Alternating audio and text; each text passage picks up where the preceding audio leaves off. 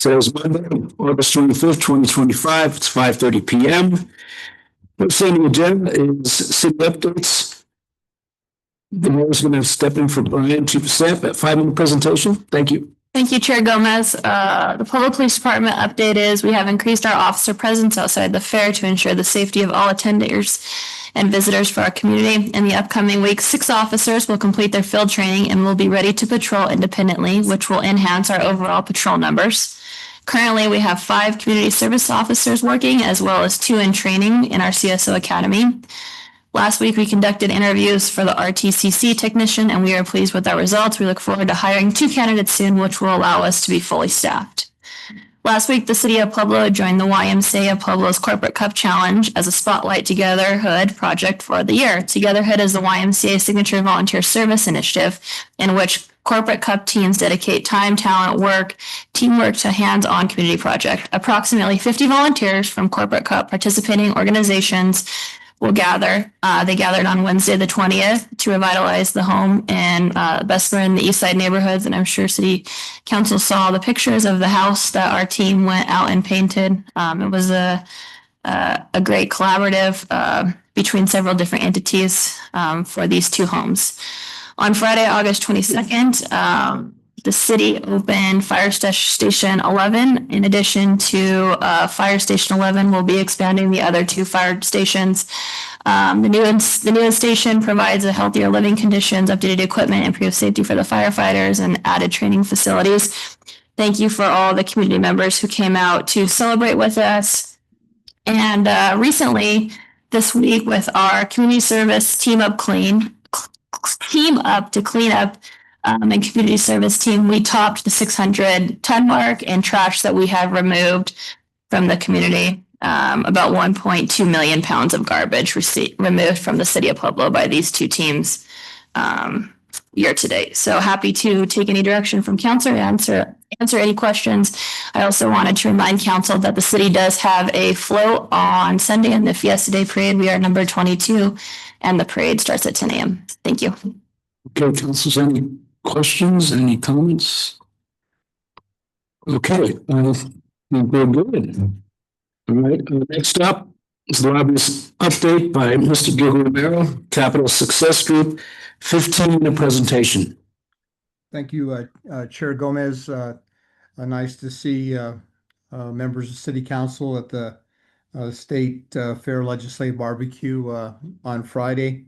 Thank you for the privilege to speak to you tonight to talk to you about some of the things that we've been doing on behalf of the city this summer.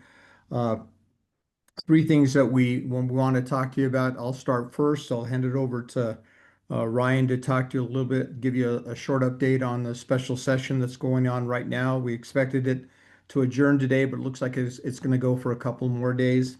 And then Alec will talk to you about some of the work we're doing with Proposition 123 on the affordable housing.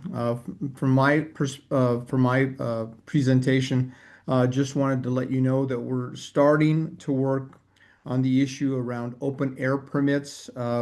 It's our understanding that the city has had some difficulty with burned buildings, and we're trying. We first of all want to speak to Andrew Hayes from the city to get a good sense of what the scope of the problem is, and then our challenge and our strategy will be to meet with the legislative liaison from CDPHE, the Colorado Department of Public Health and Environment, and then also engage our legislators to help find a mechanism to help with either a blanket permit or an expedited process so that the city can move on these buildings and proceed to knock them down. With that, as I said, we're just starting that process. We still need to get a little bit of background information. We just started that project a couple of weeks ago, but we'll get you another update probably sometime in September. And with that, I'll turn it over to Ryan to talk to you a little bit about the special session. All right, thank you, Gil. Good evening, Mayor and members of the City Council. As Gil mentioned, we'd like to provide a brief update on the special session as well as the ongoing work around Proposition 123. As you know, Colorado is facing a significant shortfall this fiscal year, roughly 700 to 800 million. So the governor called a special session, which started last Thursday. The legislature worked through the weekend and we thought they might be able to finish by tonight, but there's still a couple of lingering issues and bills. So we're keeping a close eye on it. We expect them to come back tonight, and we'll see if they're able to finish. But it should be done by in the next couple days, as Gil mentioned. So the legislature is taking a three-part approach.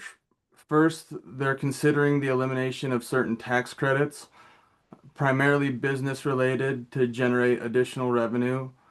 The specific credits are still being debated, but the expectation is that they will cover $200 to $300 million of the shortfall. Second, lawmakers are looking to draw down the state reserve, lowering it from 15% to around 13%, which will free up another 200 to 300 million. And finally, and the thing that we're watching the most closely, the remaining gap will be addressed through spending cuts across the state.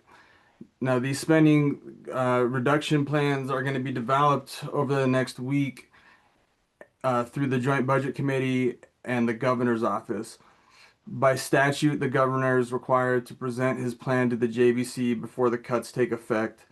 And we expect these presentations to happen as soon as the special session concludes and be concluded by the 1st of September. So sometime in the next week. We'll be covering these closely and sending reports as needed. I'll pass it to Alec to discuss Proposition 123. Thank you. Thanks, Ryan. Good evening to the mayor and city council members.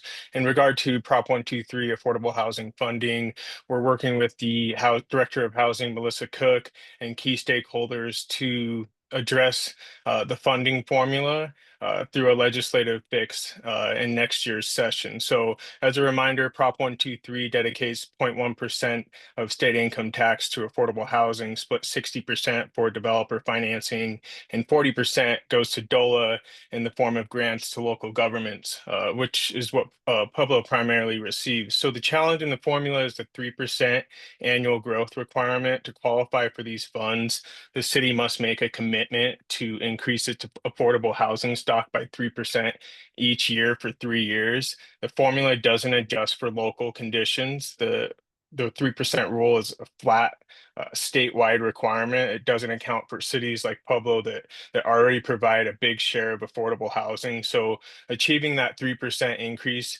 is unattainable under the current formula. So it's unrealistic under the current market conditions, and it risks making Pueblo ineligible for these funds in the future. So we're working on this legislative fix for next session to give the city more flexibility in how that growth is measured.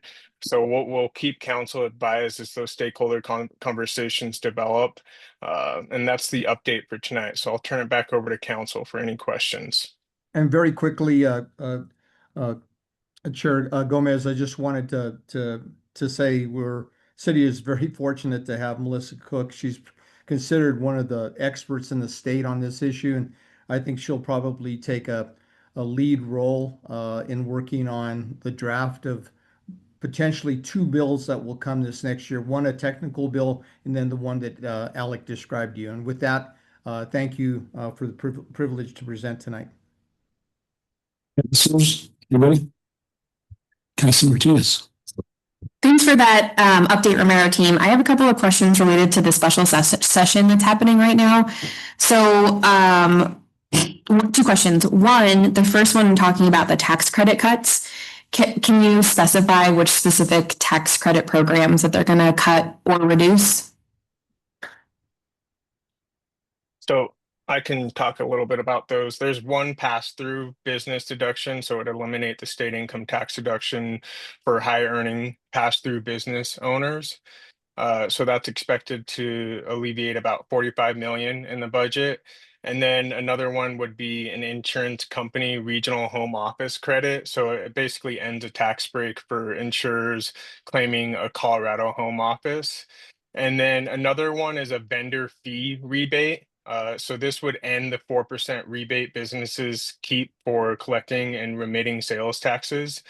And so, and then the last one is an international corporate tax avoidance. So this expands rules to prevent corporations from shifting profits overseas to avoid those state taxes. And then as far as the family affordability tax credits, those had triggers in the bill that would either reduce the tax credits or make them unavailable for that year. And so FYI, they will not be, the family affordability tax credit and the earned income tax credit will not be available in 2026 or 2027 based on the latest revenue forecasts. Okay. Okay, I appreciate that, Alec. And then for the spending reduction plan across the state, are there any specifics related to that plan? Is it going to be across all departments within the state? What's the conversation with that? So that's a really good question, Councilor Martinez. We don't know. We're expecting the director of the Office of State Planning and Budget to present to the Joint Budget Committee this Thursday. We'll send you the link. I know you're all busy, but you might want to listen to that. What he has said previously in the last month in doing presentations is that a lot of the cuts that they didn't accept last year as part of the $1.2 billion shortfall, they're going to bring back. And those are some big issues that impact cities and counties that we're going to have to really watch. We're hoping that that with the passage of Senate Bill 1, that, now that, the power just doesn't lie with the governor now. If they had not passed Senate Bill 1, the governor could have declared an emergency and just made across the board cuts of $200 million. We hope that there will be a robust discussion on Thursday.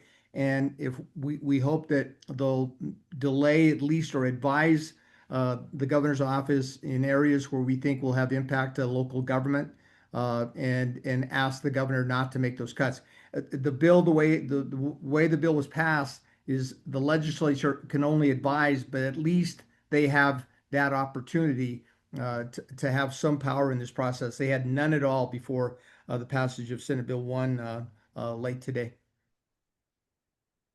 And then Gil, for the spending reduction plan that they're going to create, is that an additional 200 million? That's the hope for those cuts?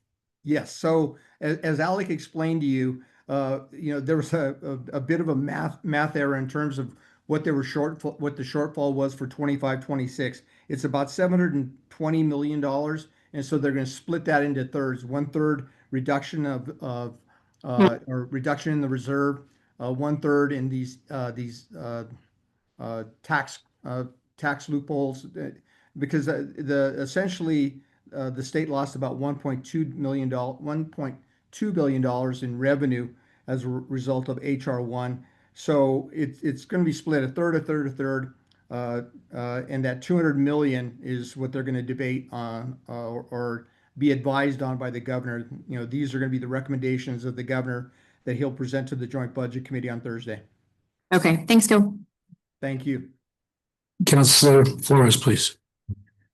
Gil, it seems, with the report that the state of Colorado is going to lose about 200,000 individuals off Medicaid because of the new federal law.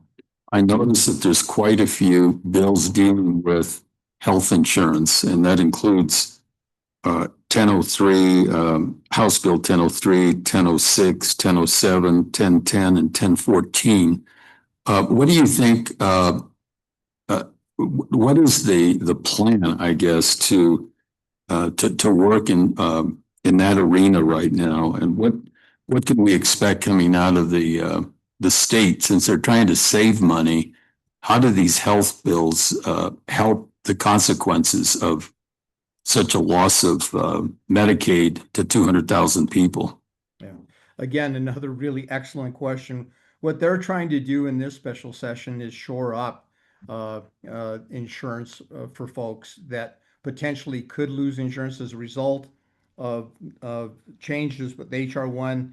They expect private insurance to go up around 30 or 40%. At least that was the presentation done by the Office of State Planning and Budget. They're hoping to shore some of this up. They're going to use some of the money from the unclaimed property to help reduce the number of people that are going to be, either not qualify through Medicaid or part of that uninsured pool that usually gets some subsidy. What we plan to do, Councilor Flores, because it's such a huge issue across the state and in particular in Pueblo, we're going to do a special report to you on those bills and their impact and what they hope to achieve in terms of at least minimizing the number of people that they'll be subsidized so they can keep their private insurance, and what will be done to make sure that people that qualify for Medicaid, that they're able to receive those benefits. But I know that's not a really sufficient answer, but these bills are still being debated, but we'd like to get you a report just on that aspect of the special session. Anybody introducing anything to help the rural hospitals, which are going to take a huge brunt of this reduction in Medicaid for individuals, because they have to see everybody that comes in their doors. And I really see our rural hospitals, that could even include one of our hospitals, really being hurt financially and trying to keep up services. Well, that was a bill, Councilor Flores, that they worked on last year. As you recall, there was a debate. There were two competing bills. The bill that finally passed in terms of the safety net bill really is meant to shore up some of those hospitals in rural areas. And one of the components of that bill that passed last year, the Hospital Association is supposed to raise a significant amount of dollars to help with that. That is one we're going to have to see what happens with that. There was some question about whether or not they left out some rural components.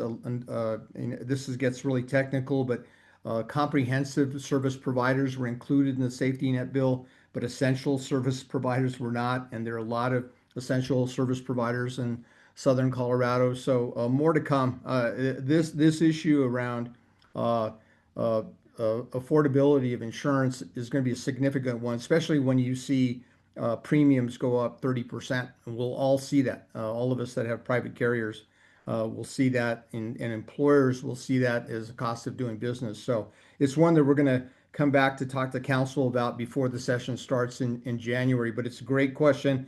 But we're going to get you some pretty comprehensive information on the bills that get passed this week. We hope some may not pass, but we'll analyze the impact of those bills in terms of impact on affordability of insurance. Just a quick question for you that you can get back to the That's nothing to do with. I lost it for a while. I'm sorry. It has nothing to do with the bills that you've listed. But as you know, we've had a catastrophic issue come up with our county coroner. And I keep hearing that a special law was passed that only affected Pueblo County regarding the current coroner getting a state law passed that basically got rid of any competition he would have in future elections. And I don't know, you probably don't know much about that, but could you research that for me and see if there's any validity in that? Because I'm very, very concerned about, what the next step is, since nobody has the ability to fire him because it is a state statute. It's a state statute elected position to county government. But if you could do some research for me on that. Absolutely. And, Well, you know, and the other thing, Council Flores, is we followed those bills for council last year. I really, you know, as an attorney, I was concerned whether or not they would have impact and whether they would be enforceable. But those two bills that passed, that's the reason that these issues were discovered in Pueblo. That just shows you what a lax system we had for mortuaries and funeral homes in the state of Colorado. But we'll get some more research on the one you're specifically talking about. I don't remember it being. I can't imagine it being Pueblo centric, but we'll get you some background and we'll provide it to all city council, because this is obviously a significant issue right now in our community. thank you so much. Appreciate it. Yep. Okay, excuse me, President Moore Caleb. Thank you.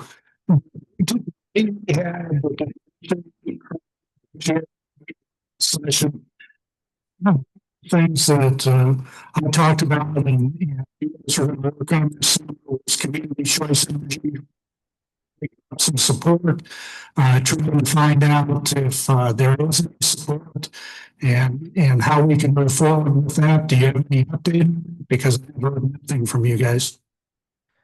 And I apologize, Councilor Aliff, you were breaking up for most of your questions, so I apologize. We did not hear. I don't know if it's my computer, but we couldn't hear you.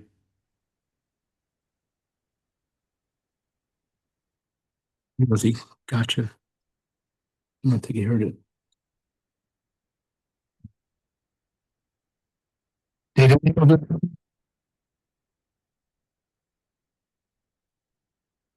We didn't hear the question. I apologize.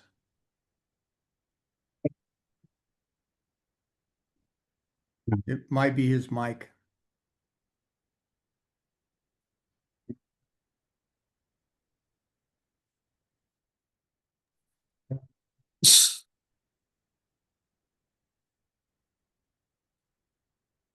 Okay.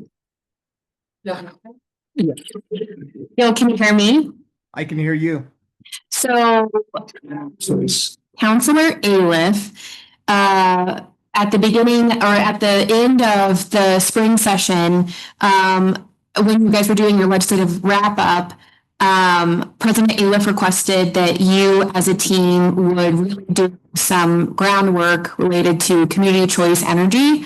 And he's curious about if there's any updates from your team regarding the community choice energy. Again, we'll probably start to hear about bills that are going to be introduced for the 26th session. Councilor Aliff, I haven't heard of any specifically. I'm glad you reminded me. What we will do is I will talk to Mark Silberg. He's the governor's energy person, his chief policy person, and also talk to folks from the Colorado Energy Office and see whether or not they're proposing anything in terms of choice. But I promise you we'll get back to you at least to let you know whether or not there's a potential that the governor's office is going to do something, or that there may be individual legislators. But we have not heard anything at this point, but it's pretty early in the process, and they're going to be coming off of this special session. We'll start to hear about bills probably in September, October, November. But we'll try to get you at least an update on that. And I apologize that we didn't talk to folks from the Energy Office to see if they're proposing anything on choice. so much, please. Bill, I know that we're talking about a $200 million shortfall, correct? It's actually $728 million shortfall, but they've got it into three different buckets. And the one that we're most concerned about is, they're going to use their savings account for 1/3 of it. 1/3 of it, they're going to use these tax credits, which they're going to eliminate. And then that third bucket is the one where potentially we may see some impacts to cities and counties of that $728 million shortfall. So can I ask you, what the adopted last year's budget for 2025 was? I'm sorry? We adopted amendment for 2025's budget But the, state.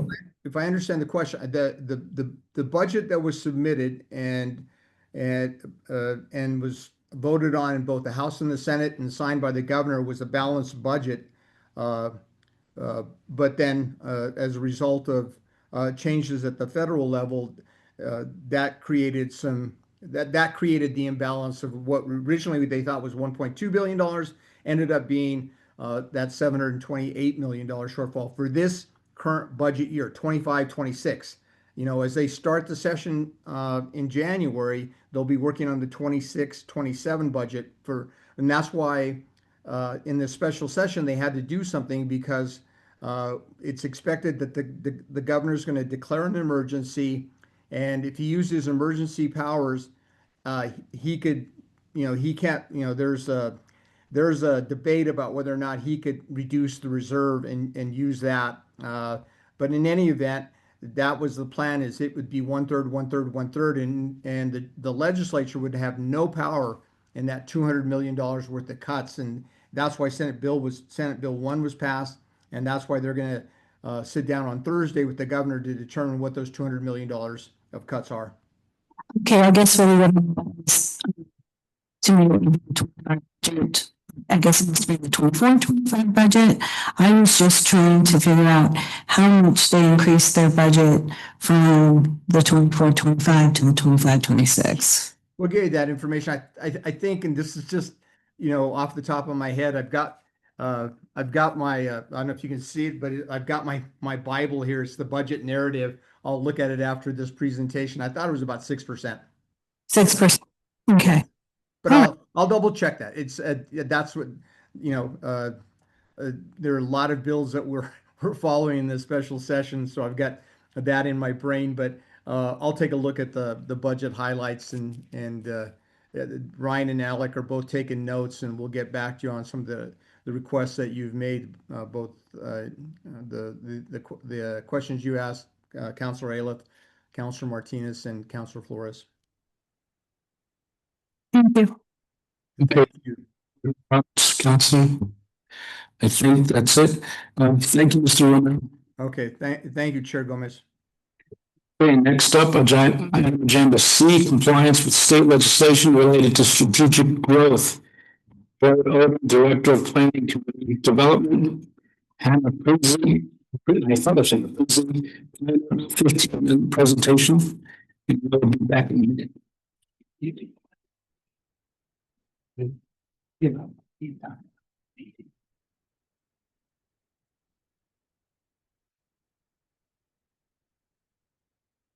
Yeah, this will be done at 6:30.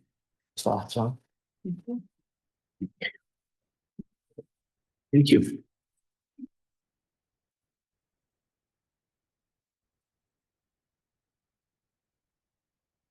Thank you.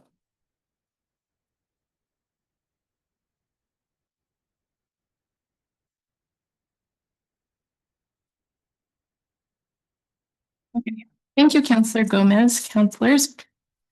The packet that I just handed out is supplemental to the PowerPoint that we're giving this evening. We were able to compile a little bit more information following this middle of the PowerPoint. And then also we kind of wanted to give you some bullet point notes on each one of these bills. And I think Hannah's going to take off on the PowerPoint, and then we'll take questions and go over some of the more specific items.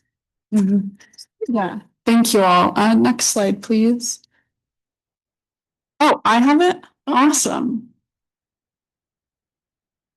Where do we? Okay, there we go. I'll figure that out. So we're going to try and do two things briefly. They're both broad. We're going to try and get through 15 minutes. So there have been two executive orders passed by Governor Polis this summer. The first one identifies state legislation from 2024 and 2025 that local governments must comply with to be eligible for state funding opportunities beginning October 6th, 2025. So we're going to quickly identify some of those state legislation that apply to planning, and also what that state funding would be that are connected. So these are the three bills that would require changes to the zoning code. House Bill 24-1007, residential occupancy limits, House Bill 24-152, accessory dwelling units, and House Bill 24-1304, parking requirements. So the residential occupancy limit says that the city cannot enforce residential occupancy limits based on the blood relationship, adoption, or marriage of the people living together. Instead, these occupancy limits will be enforced solely by health and safety standards. And so to comply, the Planning and Zoning Commission has recommended changing the zoning code to remove references to familial relationships. So that has been recommended for approval by planning and zoning. It'll be coming to City Council. There'll be more time to talk about it. And if there's questions later, we can come back to that. Secondly, the city cannot enforce parking minimums in specific areas for 3 different development types. One is multi-family residential development. So if we're constructing apartments. The second is for adaptive reuse for residential purposes. So that would be if we're converting a vacant school into apartments. And then the third is adaptive reuse for mixed use purposes. So converting that school, but instead there's retail, coffee shops on the first floor with apartments above. So those 3 development types in specific areas designated by the Department of Local Affairs, there are no more parking minimums. And so this text amendment, the zoning code change, is going to Planning and Zoning Commission in September. Afterwards, it'll come to you all. May I clarify real quick? Yes. So on the parking, the removal of the parking minimums, that only applies to structures that have between 3 dwelling units and 19 dwelling units. 20 dwelling units or more, we can require 1 parking space per dwelling unit. So there is a maximum on the no parking requirement. Go ahead. Yes, and this map shows exactly where that area is designated. And again, we'll be able to talk more about this when it comes to you, and if you have questions to me. Last one, House Bill 24-1152. This is the accessory dwelling that we can talk about tonight as well. So those 3 bills are the ones that planning will have oversight over. There's the second executive order, 2025-019. That clarified what funding opportunities are exactly tied to complying with these bills. And so starting October 6, 2025, funding opportunities that would be jeopardized without these code changes to comply include grants, contracts, loans, incentive programs, and discretionary tax credits. I'll pass this over. Okay, so the funding sources come from CDOT, Colorado Department of Transportation, the Colorado Energy Office, the Department of Local Affairs, DOLA, and the Office of Economic Development and International Trade. They applied to projects in areas of housing development, land use, transportation, infrastructure, historic preservation, mixed use incentives. So here put together, we worked with several different departments. We worked with Melissa, we worked with Luann Martinez with the grants, and we were able to put together a list of the grants that we have received in the last 3 to 5 years. And the grants have different requirements. As you can see, this multimodal transportation and mitigation options, we were able to get the funding from 2021 all the way to 2029. And I do believe that the funding from the MMLF will be secured regardless of what happens. I'm not absolutely certain because it's still very vague in the executive order, but this funding may be guaranteed. It may not be guaranteed, but there's quite a bit there. $5,997,000. The transportation alternatives programs, is that a lot for the beautification projects along the highways and our city streets. We've also used it for the suspension bridges over the Arkansas River because that's a transportation alternative. And this is pedestrian and bicycle transportation. In 2020 and 2021, we received over $1 million in that funding source. The next we can speak to, don't exactly what occurred, but these are the geothermal energy grants that the fire departments got for the 3 new fire stations, and each was almost $100,000. And then Public Works received more geothermal energy money for the charging station at North Street, $445,000. Energy and minimal impact. So right now, the planning and zoning department is using $195,000 for our zoning code update. Monies from EIAF also went to the Arkansas River Levee Trail Project and bridges. So it was split between TAP monies, DOLA, the EIAF, and GOCO. We used 3 funding sources there. Parks and Recreation used EIAF money for the boathouse. The police department has used $1 million for the Real Crime Center. And so I know future EIAF requests and awards could be jeopardized if we don't pass these bills or these 3 proposed ordinances related to land use. Now, these grants Hannah and I are not super familiar with. It's the local match through DOLA, and we were trying to do some research on it today. But Public Works has been awarded quite a bit of money through them, and I'm sure we could, I think Andrew's on if he wanted to speak to those. But we've got over several $1 million awarded. And here is total, but it's not actually the total. We did make a mistake. What is the actual total? So it's not 10 million, it's actually over $15 million. In these examples, 14 different funding opportunities across 6 different departments receiving that money. So that's in the last 3 to 5 years that we've received over $15 million. In your packet, we did reach out to Luann, and she was able, I think it's the last sheet in your packet, she provided a list of future grants that the city is looking at currently. She did state that it is very fluid. We don't have specific dollar amounts that we'll be asking for, but these are some of the projects that we will be seeking similar grants for in the future after October 6th. These are some of the projects where funding would be jeopardized if we don't entertain ordinances for the 3 legislative bills that we presented tonight that are included in the executive order. Anything in it? Okay, so we'll take any questions that you have. We did put together notes and we pulled out the primary points of each of the bills just so you had them. Okay.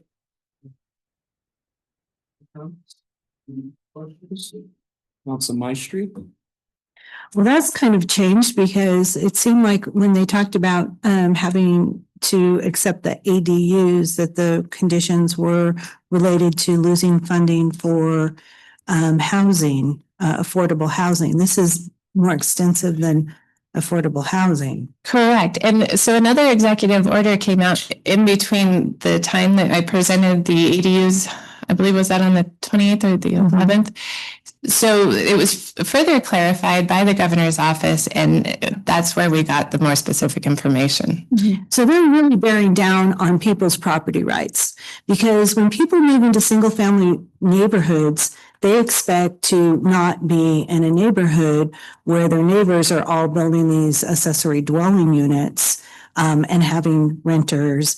And then you can't limit parking. So now they're parking all over the place.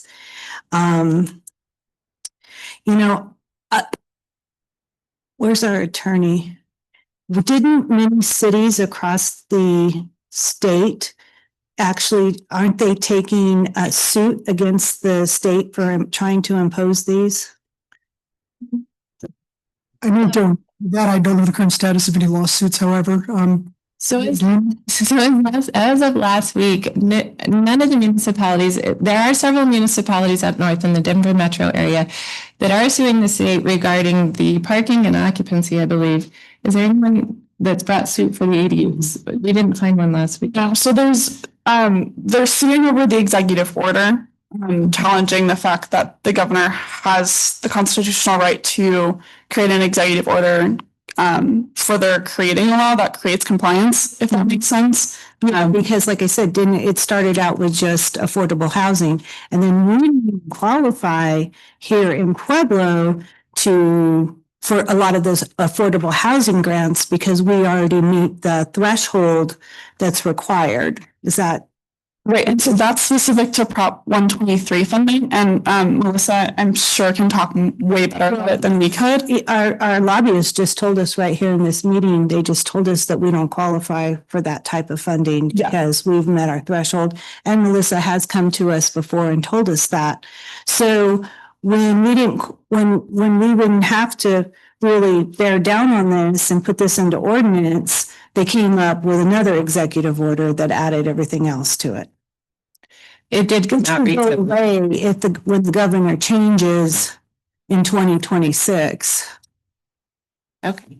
And then real quick on the parking minimum, Can it go away in 2026 when the governor changes that executive order? I'm not exactly sure how that works. Well, because I would want to know before I made a decision, because I don't want to bear this weight on our community of people who have built in single family neighborhoods and then they're being subjected to rentals popping up in people's backyards. That's, people move into single family neighborhoods for a reason. This starts to make it more of a multifamily lot and, and then I heard it also, at first, when they were introducing it, they said that it wasn't going to supersede the HOA requirements, and now it does. Yes. So I'm just curious as to what is the real reason why a governor feels he needs to come into within our property lines and try to dictate so harshly? Because to take away this DOLA funding is beyond ridiculous to get a point. Well, I don't understand what his point is, And ADU units are not affordable units. Really, because I'm in the construction industry and I've done ADUs where they are allowed. And when you're looking at, $100,000 into converting a garage, that's not affordable for whoever's going to rent it if you're going to rent it out. Right. So I did want to bring up on the minimum parking requirements, we were able to find information on the municipalities that are suing the state citing infringement on their home rule authority, but this was specific to the parking, and that's listed on this sheet right here at the top. So it was Aurora, Arvada, Glendale, Greenwood Village, Lafayette, and Westminster. We were able to find that specific information. Do you want to speak to it? Yeah, just really quickly, to respond to Councilwoman Maestri. So we actually are eligible right now for the Proposition 123 funding and funding that comes with that. The problem is every fourth year, the way that the legislation is currently written, if we didn't achieve those goals, which we know we will not achieve those goals, we would have to sit out for a full calendar year. So right now that is slated to be January 1st, 2027 through December 31st, 2027. So it's not just the city, it's anyone wishing to build and tap into those funds within the city limits. And we have verified that those are also included in the secondary executive order. So we do actually have access to them now. And then if nothing changed with what the Romeros were speaking of today, if nothing changed, we would be re-eligible in 2028, January of 2028, if we said that we would commit to another increase in affordable housing units and set that baseline and set that goal. So it is just a 1 year out of every fourth year that we would be ineligible the way that it sits now. Just wanted to clarify that. I'm going to have to go back and look at the last session that we had where you came, because you were pretty explicit on the fact that we would not be eligible for those funds anyways. I do remember that. So, and then for the lobbyists to say something similar, I'll have to go back and check that. Great. So do any of you have questions specific to the parking? We are going to be bringing the parking minimum forward to Planning and Zoning Commission and then City Council. And we're here to entertain any questions or comments, anything you want us to look further into as we go into that process with the Planning and Zoning Commission. So are you saying that, I'm sorry. Okay. Are you saying that we're just talking about minimum? I mean, I think the concern is really the maximum that is allowed to park when you put in an additional dwelling unit. I mean, we wouldn't want to, we want to have a maximum amount. Why do you? No, I'm speaking, so we have three different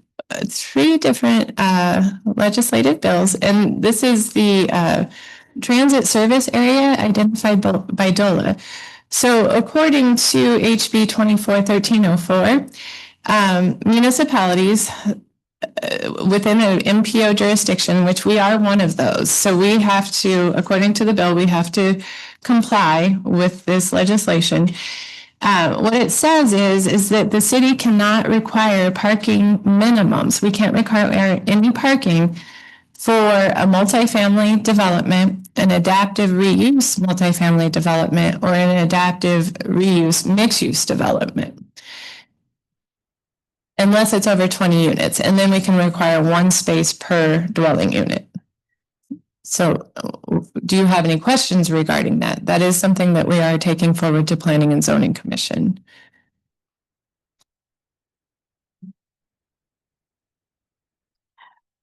Again, that's probably going to be more of a little lengthier conversation. And you're taking that particular 1 unit per 20. I mean, if we have over 20, you're only going to do a minimum. You're doing a minimum though. So right now the zoning code requires a minimum of 1.5 spaces per dwelling unit for any multifamily development. There you go. This new legislation is saying that we cannot require minimum parking requirements within those bubbled areas. You can see on the map. And honestly, we have not run into a project within any of these areas yet. We haven't had any inquiries. But basically, for the 3 types of development that we've listed, we wouldn't be able to require parking for the project within these bubbled areas, according to HB 24-1304.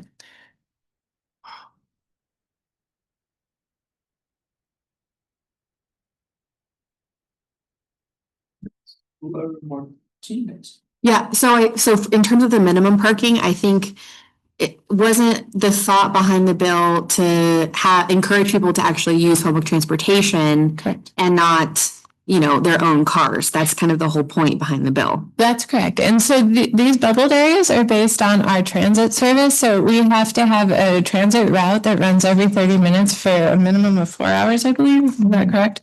And that's how this area was identified. So basically the level of service is quite high in these areas. And that's why they're saying we can't require a parking minimum. So it's not necessarily about a bunch of cars. It's more like just It's about not having your own car now to get around because there's a limit.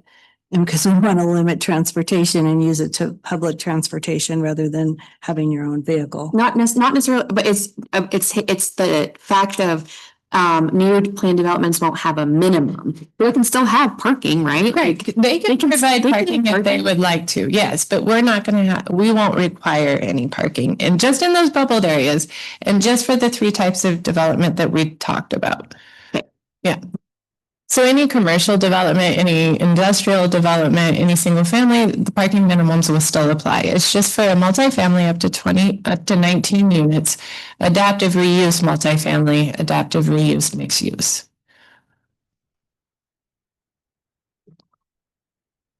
Okay.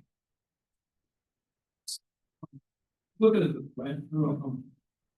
Excuse me, I don't know if I'm jumping the pages, but on the last page, you have all these things listed. That's not chronological order, is it? Is that under the parking minimum? It's the future. No, it's in the future projects. It's the last page. And that's very fluid. That came from Luann. It's just ideas that have come up and that she's discussed with different departments regarding different projects. Nothing's chronological, nothing's set in stone.